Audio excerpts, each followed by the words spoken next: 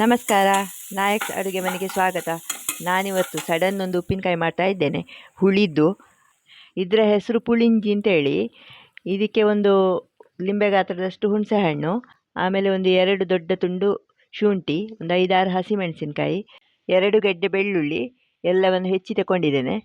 ಇನ್ನು ಇದಕ್ಕೆ ಸ್ವಲ್ಪ ಮೆಣಸಿನ ಹುಡಿ, ಸ್ವಲ್ಪ ಅರಶಿನ ಹುಡಿ, ಸ್ವಲ್ಪ ಇಂಗು, ಮತ್ತು ರುಚಿಗೆ ಬೇಕಾದಷ್ಟು ಉಪ್ಪು, ಮತ್ತೊಂದು ಸ್ವಲ್ಪ ಬೆಲ್ಲ, ಮತ್ತು ತೆಂಗಿನ ಎಣ್ಣೆ ತಗೊಂಡಿದ್ದೇನೆ. ಇನ್ನೂ ಹುಣಸೆ ಹುಳಿ ಉಪ್ಪಿನಕಾಯಿ ಮಾಡುವ. ಈಗ ಬಾಣಲೆಗೆ 4 ಚಮಚದಷ್ಟು ತೆಂಗಿನ ಎಣ್ಣೆ ಹಾಕಿದ್ದೇನೆ.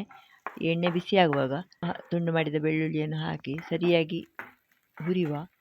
ಸ್ವಲ್ಪ ಕಂದು ಬಣ್ಣ ಬರಲಿ ಬೆಳ್ಳುಳ್ಳಿ. ಆಮೇಲೆ ಶುಂಠಿಯನ್ನು ಹಾಕ್ತಾ ಇದ್ದೇನೆ. ಇನ್ನು ಹೆಚ್ಚಿದ ಕಾಯಿ ಮೆಣಸನ್ನು ಸಹ ಹಾಕ್ತಾ ಇದ್ದೇನೆ. ಸರಿಯಾಗಿ ಹುರಿಯುವ.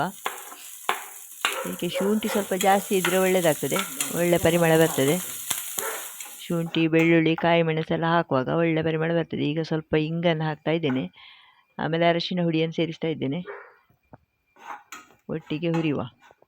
ಈಗ 1 ಕಪ್ ಬಿಸಿ ನೀರಿಗೆ ಹುಳಿ ಹಾಕಿ ಸರಿ ನೆನೆಸಿಟ್ಟದ್ದು ಅದರ ಕಸ ಎಲ್ಲ ತೆಗೆದು ಆ ನೀರನ್ನು ಸೇರಿಸ್ತಾ ಇದ್ದೇನೆ.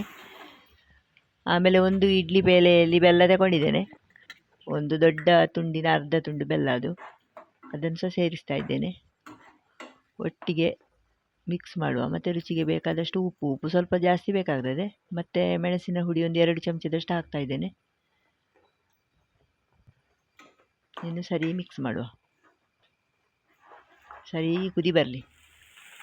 ಇದನ್ನು ತುಳುವಿನಲ್ಲಿ ಮುಂಚಿಗಟ್ಟಿ ಅಂತ ಹೇಳ್ತಾರೆ. ಇದನ್ನು ಮಾಡಲಿಕ್ಕೆ ಭಾರಿ ಸುಲಭ. ಇದಕ್ಕೆ ಹಾಕುವ ಸಾಮಗ್ರಿಗಳೆಲ್ಲ ಎಲ್ಲರ ಮನೆಯಲ್ಲಿ ಸಾಮಾನ್ಯವಾಗಿ ಇರ್ತದೆ. ಹಾಗೆ ಮಾಡಲಿಕ್ಕೆ ಸಹ ಸುಲಭ. ಬೇಗ ಒಂದು ಬಾಯಿಗೆಲ್ಲ ಹಿಡಿಯದಿದ್ದರೆ ಸಡನ್ನಾಗಿ ಮಾಡ್ಬೋದು. ನೋಡಿ, ಈ ಕಲರ್ ಬಂದರೆ ಸಾಕು. ನೋಡಿ, ಮೆರೂನ್ ಕಲರ್ ಬಂದಿದೆ. ಇಷ್ಟೇ ಅಂಟು ಬಂದರೆ ಸಾಕು, ಜಾಸ್ತಿ ಅಂಟಾದರೆ ಆಗಲಿಕ್ಕಿಲ್ಲ. ಈ ಉಪ್ಪಿನಕಾಯಿ ಕೇರಳದಲ್ಲೆಲ್ಲ ತುಂಬ ಫೇಮಸ್. ಅವರು ಓಣಮಿಗೆಲ್ಲ ಇದೇ ಉಪ್ಪಿನಕಾಯಿಯನ್ನು ಮಾಡ್ತಾರೆ. ಈ ಉಪ್ಪಿನಕಾಯಿಯನ್ನು ಒಂದು ಒಣಗಿದ ಡಬ್ಬಿಯಲ್ಲಿ ತುಂಬಿಸಿ ಇಡುವ. ಇದು ಜಾಸ್ತಿ ದಿನಕ್ಕೆ ಆಗೋದಿಲ್ಲ, ಆದರೆ ಸ್ವಲ್ಪ ದಿನ ಹಾಳಾಗೋದಿಲ್ಲ. ಮತ್ತು ಫ್ರಿಜ್ಜಲ್ಲಿಟ್ಟರೆ ಸ್ವಲ್ಪ ಜಾಸ್ತಿ ದಿನ ಏನಾಗೋದಿಲ್ಲ. ಹಾಗೆ ಇದನ್ನು ಒಮ್ಮೆ ಟೇಸ್ಟ್ ಮಾಡಿ ನೋಡುವ ಹೇಗಾಗಿದೆ ಅಂತೇಳಿ. ವಾವ್, ಭಾರಿ ಒಳ್ಳೆಯದಾಗಿದೆ. ಹುಳಿ, ಉಪ್ಪು, ಬೆಲ್ಲ ಎಲ್ಲ ಹಾಕಿ ತುಂಬ ಒಳ್ಳೆಯದಾಗಿದೆ ಉಪ್ಪಿನಕಾಯಿ ಮಾತ್ರ.